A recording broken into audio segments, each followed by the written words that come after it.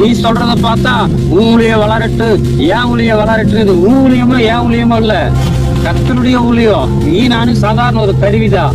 ஏன் திடீர்னு இந்த மாதிரி பிரிஞ்சு போறதுக்குரிய காரியத்தை நீ யோசிச்சுட்டு இருக்கிற? என்ன காரணம்? இல்ல வேண்டாம் சக்தி, நானும் இந்த ஊழியத்துல எத்தனையோ காரியம் செய்யறேன், எத்தனையோ உனக்கு எத்தனையோ அட்வைஸ் பண்ணிருக்கேன். ஆமா, உனக்கு எத்தனையோ காரியம் சொல்லி கொடுக்குறேன். ஆமா. ஆனா என்ன எல்லாரும் சக்தி, எல்லாரும் சரி வேண்டாம் சக்தி, செட் ஆகாது.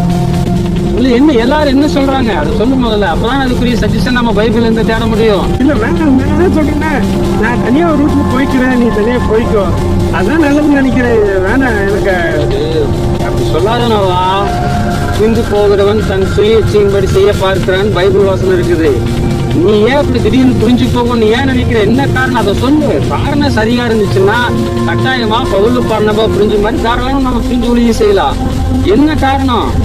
இல்லப்பா, என்னன்னா யாரு கேட்டாலும் நானும் எத்தனையோ செய்தி கொடுக்குறேன், எத்தனையோ வர்ஷிப் பண்றேன். சரி, எவனை பார்த்தாலும் சத்தி சத்தின்னு இருக்கான்.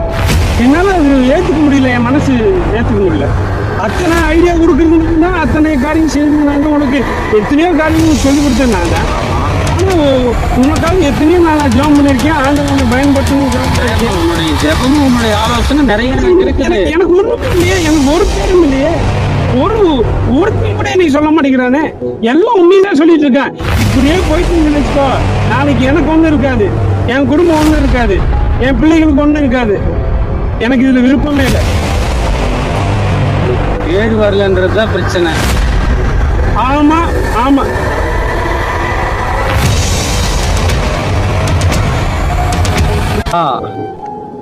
நமக்கு பேர் வரணும்ன்றது முக்கியமே இல்லை. நல்ல ஒரு காரியத்தை புரிஞ்சுக்கோ. பைபிள் என்ன சொல்றதுன்னா, நீங்கள் எதை செய்தாலும் அதை மனுஷருக்கென்று செய்யாமல் கர்த்தருக்கென்று செய்யுங்களதான் பைபிள் வசனம் சொல்லுது.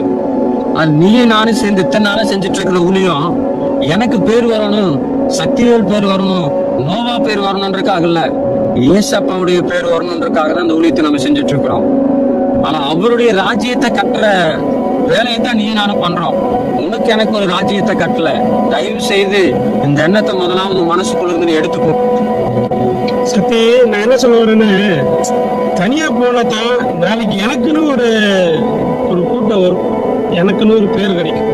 அதை விட்டு போட்டு நான் சும்மா உங்களுடைய இருந்து வச்சுக்கோ, நாளைக்கு செட்டில் ஆகாது சக்தி. எனக்கு பிரச்சனை வேண்டாம். நம்ம ரெண்டு பேரும் பிரிஞ்சிருக்கிறது ரொம்ப நல்லதுன்னு நான் நினைக்கிறேன்.